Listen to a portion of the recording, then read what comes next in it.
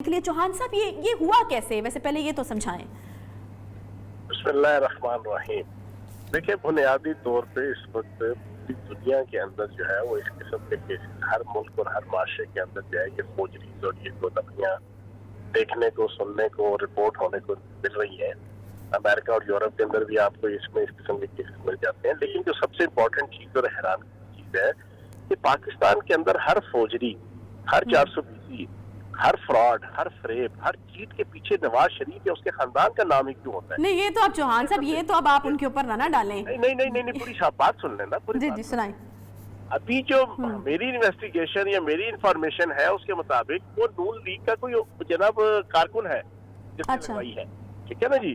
اب وہ نون لیگ کے کارکن اتنا متاثر تھا اپنے لیڈر کی جناب وہ فراڈ اور فریب کی جناب جو اس کی مشہوری تھی، اس نے کہا یار میں نے جو چیز اور فراڈ کرنا ہے میں اپنے سے بڑے گرو اور کروں کے جناب میں اس کا نام اور اس کا شناختی کارڈ استعمال کروں۔ تو یہ میں سمجھتا ہوں بڑے افسوسناک ہے، اور اس کے اوپر فوری طور پہ پنجاب حکومت نے بھی نوٹس دیا۔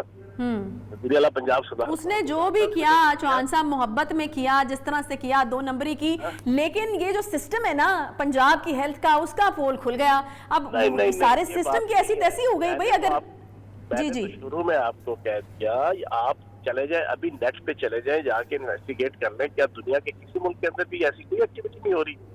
یہ چیز ایک نیچرل فینامنا ہے، جرائم اور جناب 2 نمبر لوگ ہر کیس کے اندر، ہر ایشو کے اندر، ہر کمپین کے اندر اپنا رول پلے کرتے ہیں، ہر سوسائٹی اور ہر معاشرے کے اندر۔ بنیادی چیز ہوتی ہے اس کے اوپر چیک اینڈ بیلنس کیا ہو رہا ہے۔ ابھی فوری طور پہ جناب اس نوید الطاف کو جناب پکڑ لیا گیا، پھر اس کے بعد لوگوں کو سسپینڈ کر دیا گیا، انکوائری لگا دی گئی، لیکن یہ نواز شریف کا نام ہی کیوں ہر چوری اور ہر 2 نمبری کے پیچھے؟ اس کا شناختی کارڈ کیوں؟ اس کے ہر فوجری کے پیچھے آل شریف اور بیگم صفدر امان اور نواز شریف ہی کیوں؟ بات یہ ہے یہ سیمبل بن چکے ہیں۔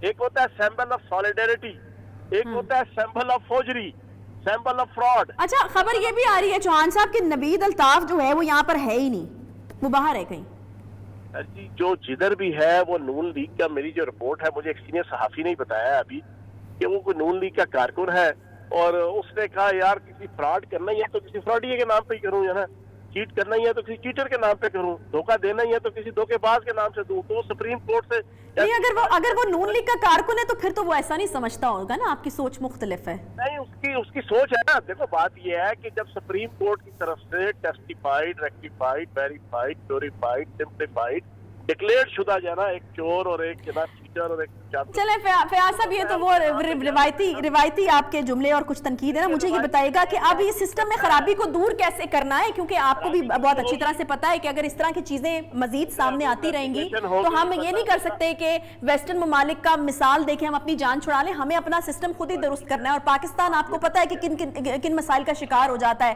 ابھی آپ دیکھ لیں ہماری کرکٹ ٹیم کے ساتھ جو ہوا ہے، اس کے بعد پھر فیٹف کے حوالے سے مشکلات ہمیں درپیش رہتی ہیں، تو ہمیں تو میرے خیال میں زیادہ جو ہے وہ چوکنا رہنے کی ضرورت ہے۔ تو جو کرکٹ ٹیم کی بات ہے اس پہ آپ کے سامنے کل ساری پکچر آ چکی ہے کہ کس طریقے سے انڈیا نے، نہیں وہ میں نے ایک مثال دی ہے چوہان صاحب، وہ میں نے ایک مثال دی ہے۔ میری بات کمپلیٹ ہو جائے نا، کس طرح انڈیا نے صرف پاکستان کے بغض میں، اور 15 اگست کو جو انڈین پلانز ناکام ہوئے افغانستان میں، اور وہ شکست خوردہ گیدڑ اس اپنی دم جناب اس نے دباتے ہوئے چباتے ہوئے جو غم اور غصہ نکالا ہے پاکستان کے اوپر، وہ تو ساری ڈیٹیل جو ہے وہ شیخ صاحب نے اور فواد چوہدری صاحب نے ساری دنیا کے سامنے رکھ دی ہے، اس میں پاکستان کی مینجمنٹ۔ چلیں ٹھیک ہے، یہ بتا دیجیے کہ اب اس سسٹم کو درست کرنے کے لیے آپ لوگ کیا کر رہے ہیں؟ بیکاز اگر یہ اور اس طرح کے کچھ کیسز سامنے آتے ہیں نا چوہان صاحب، تو پھر ٹریول بینز کا سامنا ہمیں کرنا پڑ سکتا ہے، آپ کو معلوم ہے یہ بات۔ اس کے اوپر سختی سے جناب چیک اینڈ بیلنس ہوگا تاکہ آئندہ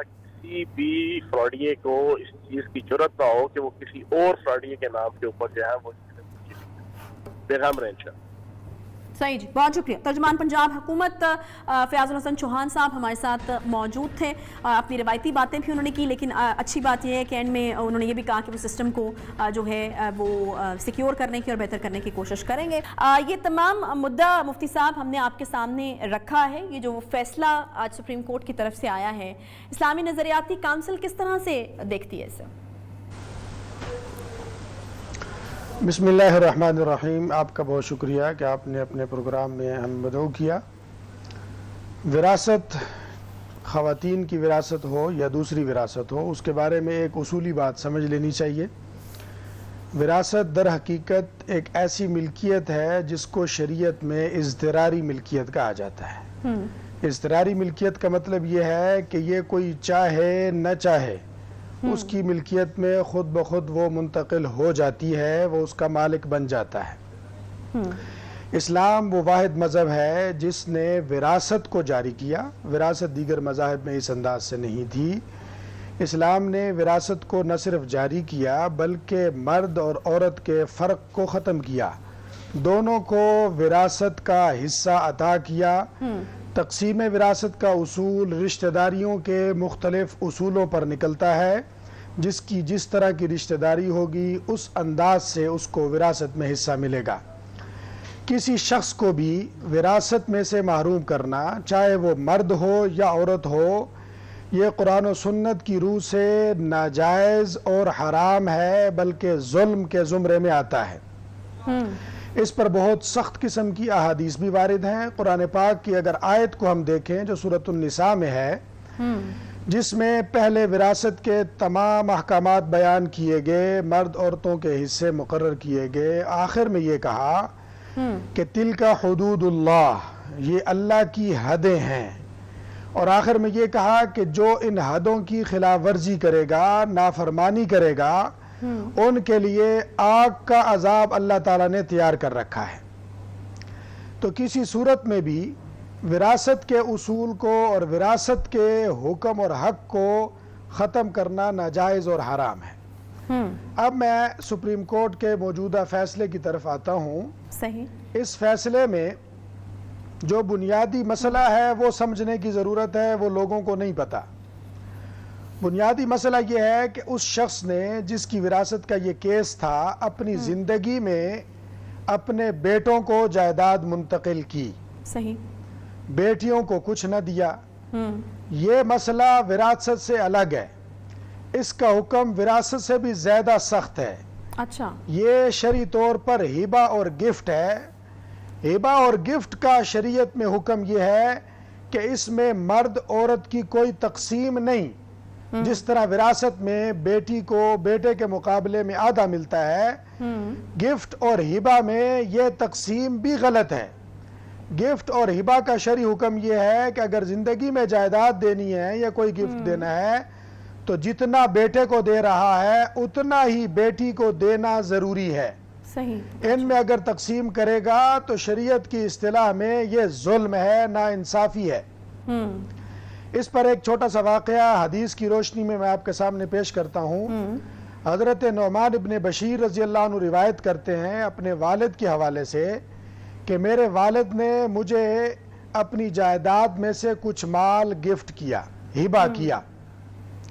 میری والدہ نے کہا کہ یہ گفٹ میں اس وقت تک منظور نہیں کروں گی یا مجھے اچھا نہیں لگے گا جب تک کہ آپ اللہ کے رسول صلی اللہ علیہ وسلم کو اس پر گواہ نہ بنائیں. صحیح. چنانچہ حضرت نعمان ابن بشیر کے والد رسول اللہ صلی اللہ علیہ وسلم کی خدمت میں حاضر ہوئے اور بتایا کہ میں آپ کو اس گفٹ والے معاملے پر گواہ بنانا چاہتا ہوں جو میں نے اپنے بیٹے کو دیا ہے. نبی علیہ السلام نے فرمایا کہ آپ اپنی دیگر اولاد کو بھی اسی طرح کا گفٹ دیا ہے؟ انہوں نے عرض کیا نہیں. آپ علیہ السلام نے فرمایا کہ میں ظلم پر گواہ نہیں بنتا. اچھا. اس میں آپ نے پوری امت کو یہ تلقین کر دی، حکم دے دیا کہ زندگی میں جو ہبہ کرنا ہے، جو گفٹ کرنا ہے، اس میں دیگر اولاد کے ساتھ مساوات اور برابری کرنی ہے، چاہے ان کی صنف الگ الگ ہی کیوں نہ ہو.